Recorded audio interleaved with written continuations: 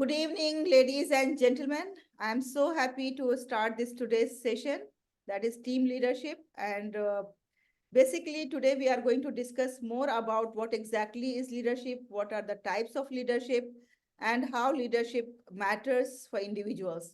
So before we begin our session, let me ask a few shuns. There are four shuns. First, Firstly, we should know that who oversees team activities. Like if there are many people, those who are working together, so who is the one who oversees the team activities? Yes, participants, you can unmute and you can tell that who oversees team activities.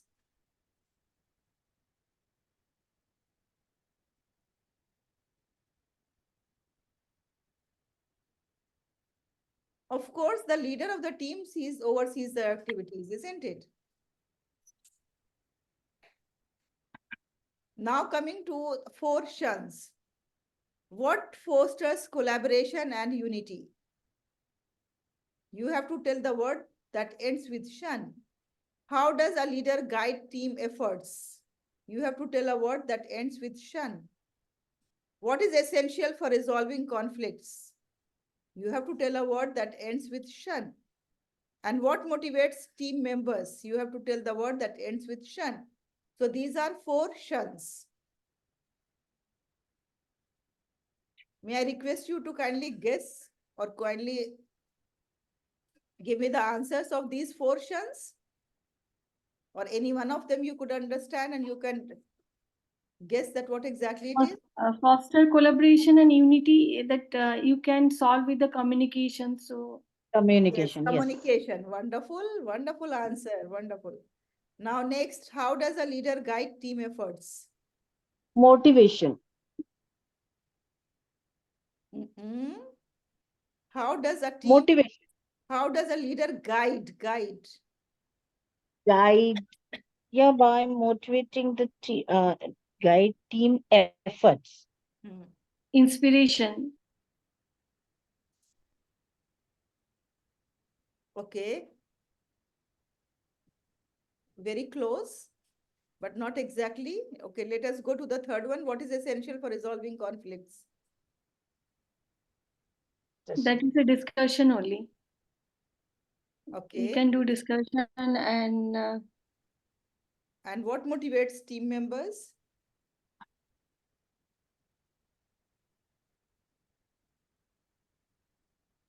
encourage only that motivate you. But If you can encourage.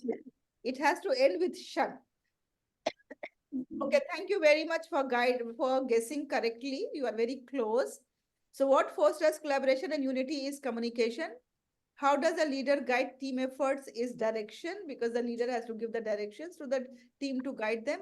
What is essential for resolving conflicts is mediation, because without mediating the things, the conflict will not resolve. One person has to be the mediator. And what motivates team members? It is recognition. Thank you very much for Okay. participating in this. Now let's see that how teamwork is important. And if you are a great team leader, then naturally you have to have these qualities: honesty, integrity, confidence. You have to inspire others. You should have the capabilities of decision making. You should be having accountability, empathy, and you have to empower others and delegate the task to others. If somebody is feeling valued because of you, or if somebody is feeling seen because of you, if somebody feels welcomed because of you, if somebody feels loved because of you, if somebody feels heard because of you, if somebody feels safe because of you, if somebody feels supported because of you, if somebody feels cared for because of you, then of course you are a great team leader. If you agree, please write A in the chat box. If you agree with this statement, please write A in the chat box. Yes, thank you, Zareen. I can see. Yes, thank you very much. Now, coming to today's topic, we are going to learn about the foundations of effective leadership. Since this is the first day, we should have some understanding of leadership and especially the personal leadership.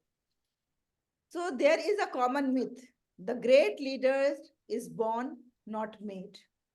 Do you agree with this statement? The great leader is born, not made. Yes, I agree. You agree that great leader is born, not Yeah, made? yeah. Born. Yeah, yeah. Yes, Pranisha, what about you? What do you think about this?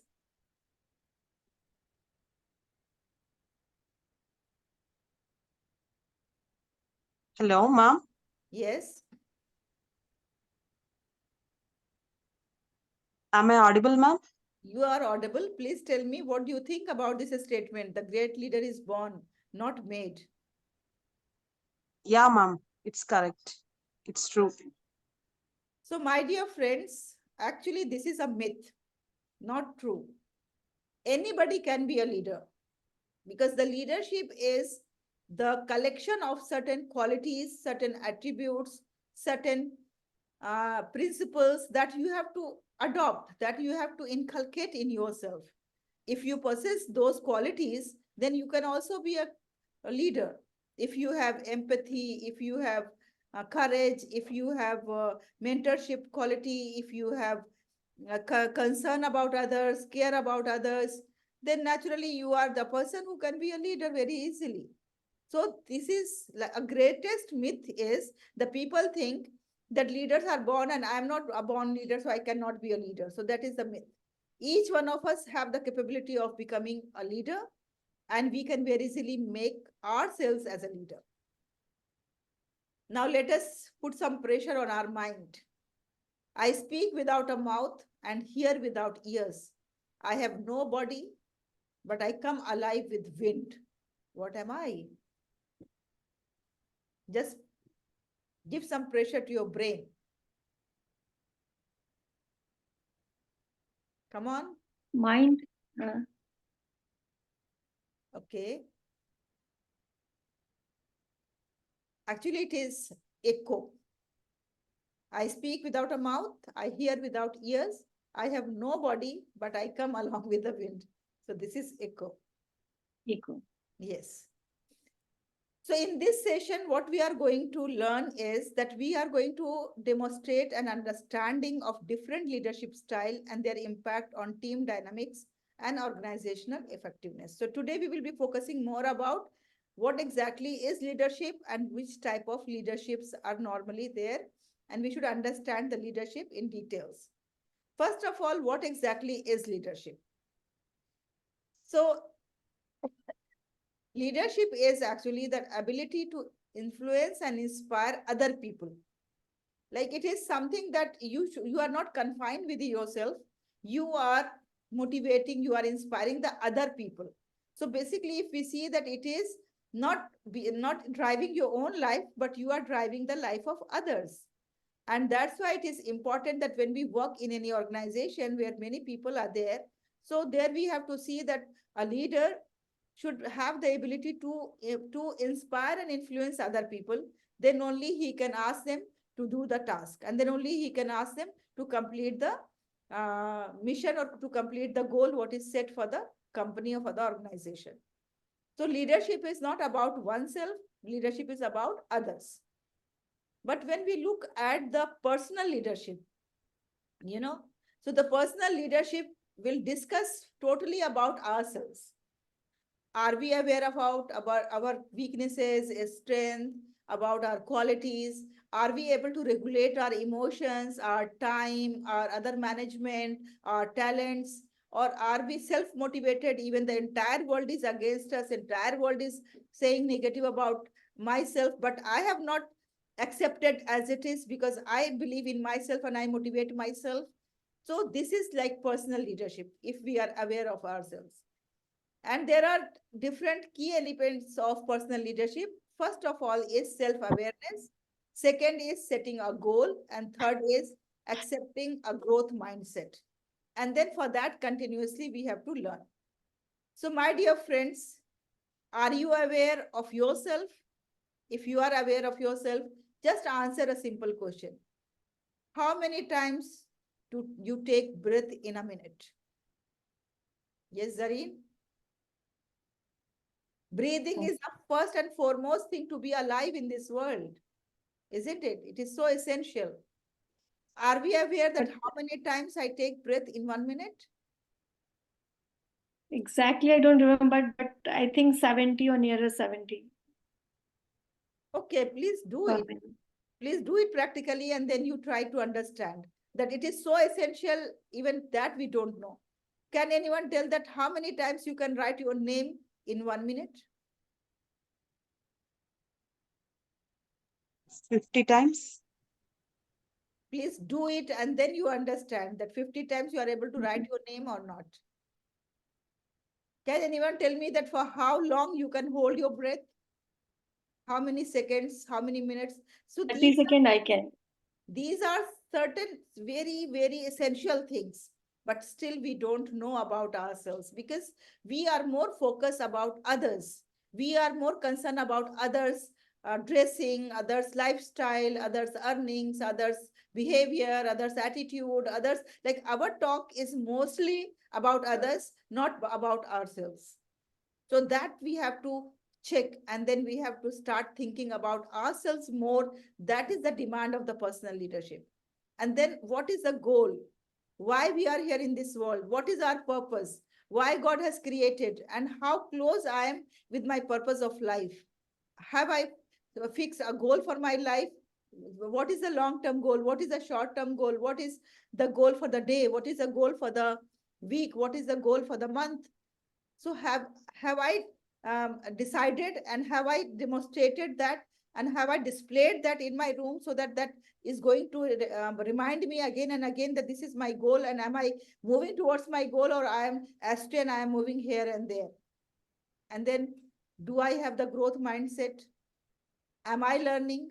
What is the latest course that we all have done? Ask yourself, how many months before you did that course? Is it like if more than 6 months you have not attended any course, it means that is not a growth mindset. That is a stagnation. That is closed mindset. So there should not be gap of more than 6 months to join any new course and learn any new things.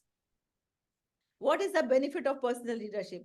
It improves our decision making, because when we are more aware of the things, when we are more informed about the world, then naturally it is easy for us to take the decisions. We have more resilience, and overall, we are going to lead our own life more effectively and successfully. So this is the personal leadership. This course will basically focus more on personal leadership and then on the organizational leadership. So that's why clearly we have given you the definition of the organizational leadership and the personal leadership both together, so that you can understand in a better way. If we talk about the leadership styles, so there are many types of leadership, many styles of leadership, but here we will be discussing only about 10 leadership styles. Can you all tell me that how many types of leadership you know, and that is already in your knowledge? Yes? Yes, Zareen, which type of leadership are you aware of? Team leadership, that is, or that's all. Okay, and Pranisha, how many types of leadership you are aware? Command, ma'am. Sorry, which type of leadership? Command. A command, okay. So the one which you are saying commanding, that is called autocratic leadership. Okay, where you have authority, and with authority you ask the people to do the result, to give the result. So the coach leadership is the one where you coach the people, you teach them how to do the things. That is coach leadership, where you will find lots of motivation among the team members, and everybody is so happy and everybody wants to learn more and more and more because somebody is there to coach them. So this is called coach leadership. Then there is a visionary leadership where people are focused on the progress, and they are just want to progress day by day. The company, the organization, the individuals, everybody should progress. Then there is a servant leadership. You will find that there are many leaders who will always be ready to help you. They are so humble that you can approach them anytime. They are very protective. If you have done anything wrong, they will always take the blame on themselves and they will protect you. That is called servant leadership. Then there is autocratic leadership, what Pranisha has just now said, that when you command the things, when you have the authority and you ask the people, I just want the result. I don't know how you are going to do. I'm not going to coach you. I'm not going to help you. I'm not going to give you any guidance. You know how to do because you have come in the organization with all your qualification. You should know how to do it and you do it. And this is the deadline. You have to meet the deadline. So that is called autocratic leadership. Then there is laissez-faire leadership. This is like when the leader is leaving everything on the members. Okay, do as you want. I'm not going to interfere in anything, like unconcerned, we can say. Then there is democratic leadership, where you will find that the leader is very supportive and innovative. He always asks the people to give the suggestions, to give their ideas, and then together they sit and they find the solutions to any issues or any progress of the institution or organization. So that is democratic. When everybody's voice is heard, then when everybody is given value. And then there is pace setter. Pace setter are the leaders, those who are helpful and they always have the pace. Okay, with this pace, we have to move ahead. And they ask the people, okay, look at me and then do the task. How I am doing, you all have to do like that. That is pace setters. Then there are transformational leaders. Transformational leaders are the ones who will always challenge you. And then they will communicate you at each step. Like suppose this leadership course.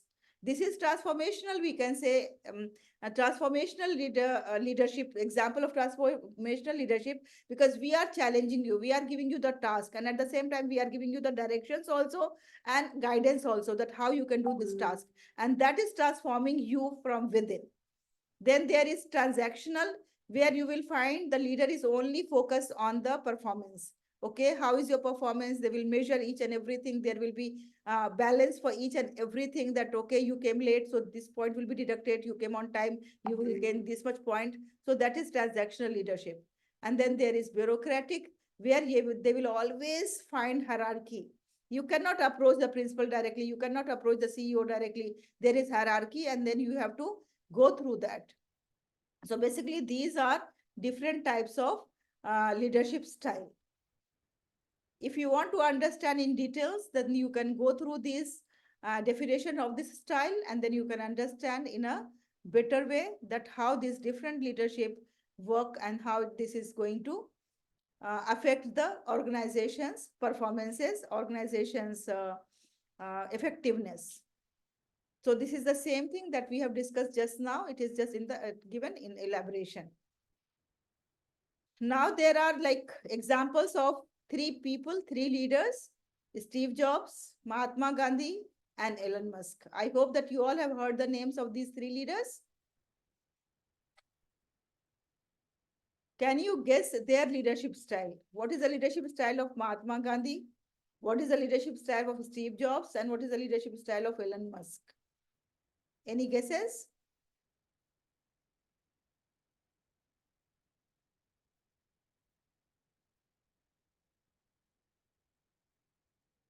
At least for Mahatma Gandhi, you all can guess.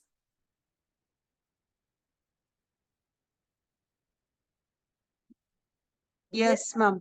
Yes. So Mahatma Gandhi's leadership style is which is type of style?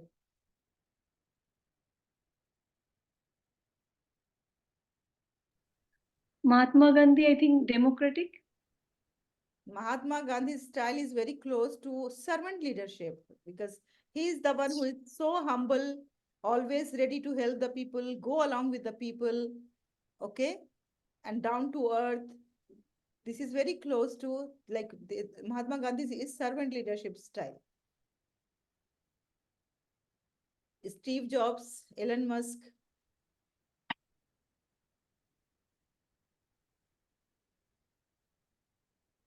Now in today's world, who is the leader whom you appreciate? Whose leadership style you like? If you can answer now, then fine. Otherwise, you can think and then you can answer this question, that in real world leadership scenarios, whose leadership do you like the most? And why you like the most? I like uh, Yes, Canada's President Trudeau, okay. very humble and always during pandemic he adjusted in such a way so people didn't suffer lot that much. Yes, that's really So, very good, very nice. Now here, when different leadership styles, how it is going to impact on the team.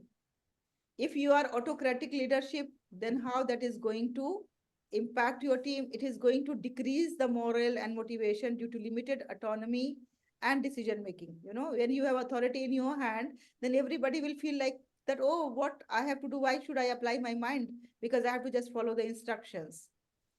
In this way, if you are democratic leadership, then how it is going to impact the team dynamic? If you are a transformational leader, then how it is going to impact the team dynamic? I request you just go through these things. I'm going to share this in the group. So you can go through this and then you can understand that how different types of leadership are going to affect the um, impact on the team dynamism or team performances. If you are transactional leadership, how it is going to impact. If you are servant leader, how it is going to impact. So here it is given in detail so that you can go through. Now coming to the MCQs. Which of the following leadership style involves centralized decision making and little input from team members? A, B, C, D. Which is the correct answer?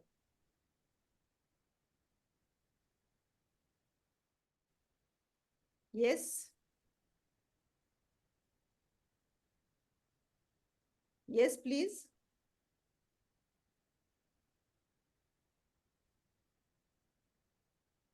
It is so simple. Where And transformational. centralized decision making, like one person takes decision. one That autocratic it will be. yes, of course, it is Autocratic. autocratic. What is the key characteristics of transformational leadership?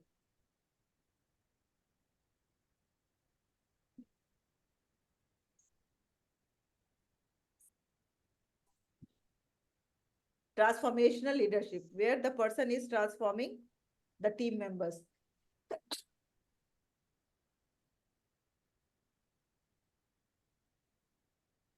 I think D, inspiring and empowering. Yes. Then what is the primary focus of personal leadership?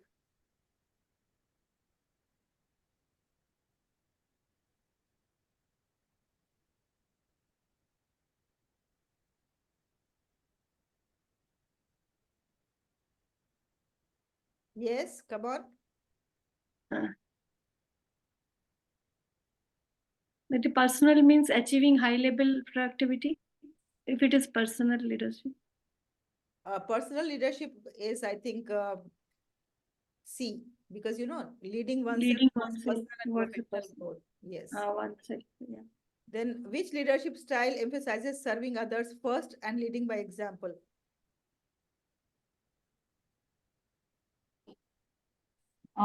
Servant. Yes, servant leadership. Correct answer.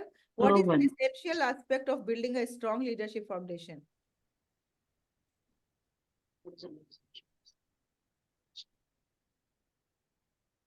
Essential aspect of building a strong leadership foundation.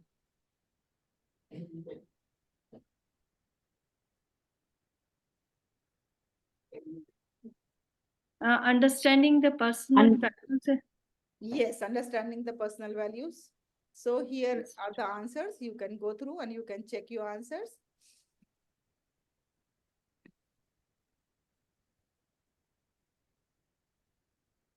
Okay, now these are two open-ended questions for you.